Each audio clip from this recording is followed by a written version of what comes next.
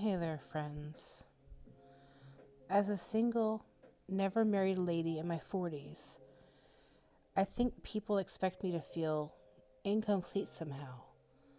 Like I'm supposed to be panicking about timelines or desperately trying to find a man. But honestly, I really love my life. I've built a life that feels peaceful, exciting, freeing, chaotic in the fun ways, emotionally honest, deeply connected, and fully mine. Do I still get lonely sometimes? Of course. I miss companionship, intimacy, and having someone that is consistent, that I can look forward to seeing, touching, and sharing time together. But loneliness and desperation are not the same thing, and I think a lot of people confuse the two. I'm not building my life around avoiding loneliness anymore, and that changes everything. And no, none of this means my life is magically perfect either. I think sometimes when people hear someone say they genuinely enjoy their life, they assume that means everything is effortless all the time. And that's just not reality. I still have stressful moments. I have days when my brain is loud and my emotions are messy and I question everything.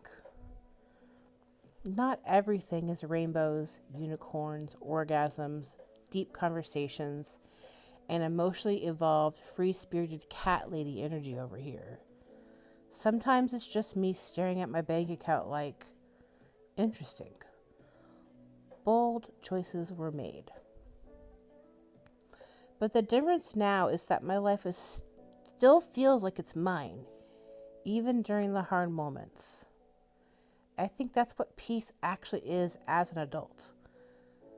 Not the absence of stress or struggle, but the absence of constantly betraying yourself just to maintain relationships, appearances, or expectations that were never truly aligned with you to begin with. My life isn't perfect.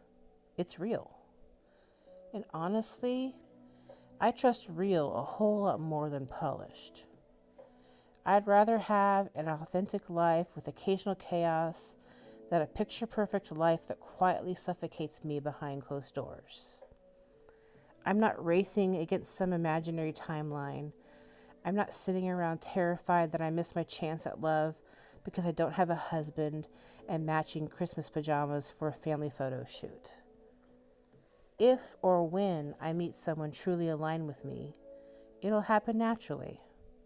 Until then, I'm going to continue enjoying the life I fought very hard to build. And when I say I live an alternative lifestyle, people tend to immediately create stories in their heads. Believe whatever you want, honestly. But the simplest explanation is this: I'm just not a traditional woman. I'm not interested in the white picket fence fantasy. I'm not chasing marriage like it's some finish line I forgot to cross. Maybe one day I'll get married. I'm not anti-love, anti-commitment, or anti-partnership, but it is absolutely not sitting at the top of my priority list right now. And children? I handled that chapter years ago. I cannot have biological children, and that was an intentional choice I made for myself. I like children just fine. I simply do not see motherhood fitting into my life.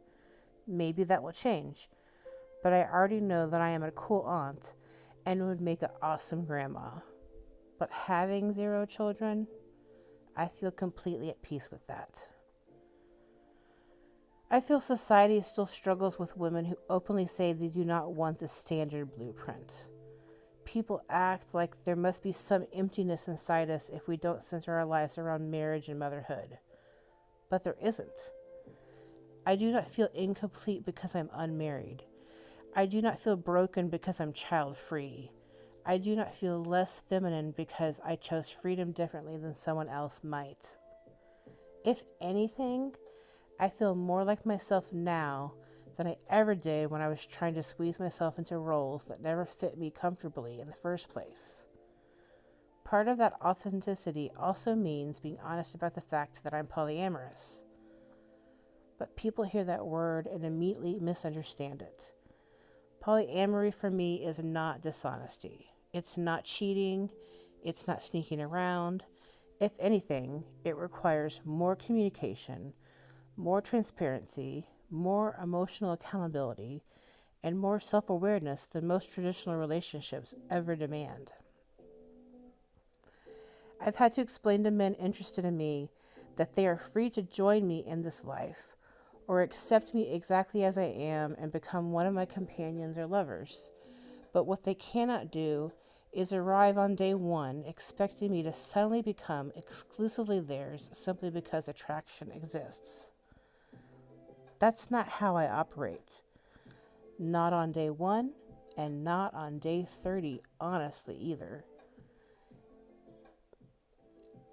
Exclusivity is not something I hand over immediately just because someone likes me. It's something built over time through consistency, trust, compatibility, emotional safety, mutual effort, and actual alignment. Attraction alone is no longer enough for me. Chemistry is easy. Desire is easy. Possession is easy. Consistency is rare. Emotional maturity is rare. True partnership is rare. And I'm no longer interested in relationships where I slowly abandon pieces of myself just to maintain harmony. I think a lot of women understand exactly what I mean when I say that. We shrink ourselves. We become easier to manage, softer, smaller, less threatening, less independent. We slowly stop nurturing our friendships, our sexuality, our hobbies, our freedom, our communities, because somewhere along the line, we were taught that love requires self-sacrifice at almost every level. I reject that now completely. One of the healthiest things I've done in this phase of my life has been focusing on friendship, especially friendships within the lifestyle community. Not because we all want the same things romantically or sexually, because we absolutely do not, but because there is something deeply comforting about being around people who also live outside traditional expectations. There's understanding there. There's honesty there. There's freedom there. And my girlfriends, they are sacred to me now. The older I get, the more I realize how life-saving female friendships truly are.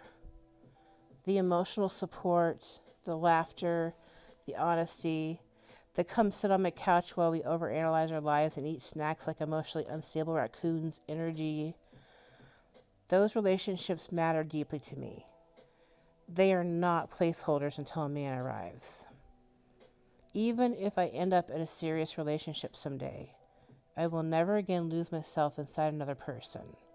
I will never abandon my independence, my friendships, my identity, or the people who helped me survive and grow into the woman I became.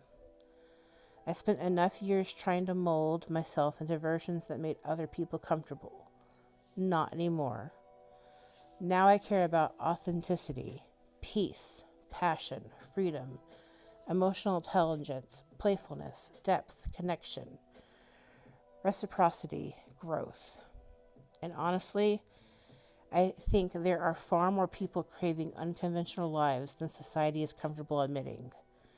Most people are just terrified to say it out loud, because the second you step outside the script, everyone suddenly treats your happiness like it needs to defend itself in court. Meanwhile, I'm over here building a life that actually feels good to live.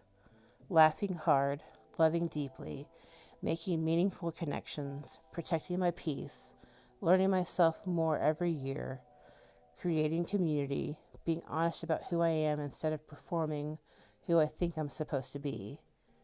And maybe that's the real goal after all. Not building the most socially acceptable life, not winning at appearances, not forcing ourselves into boxes that suffocate us.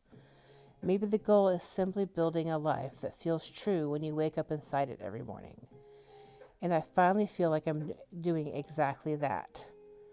which means anyone entering my life now has to generally add something meaningful to it.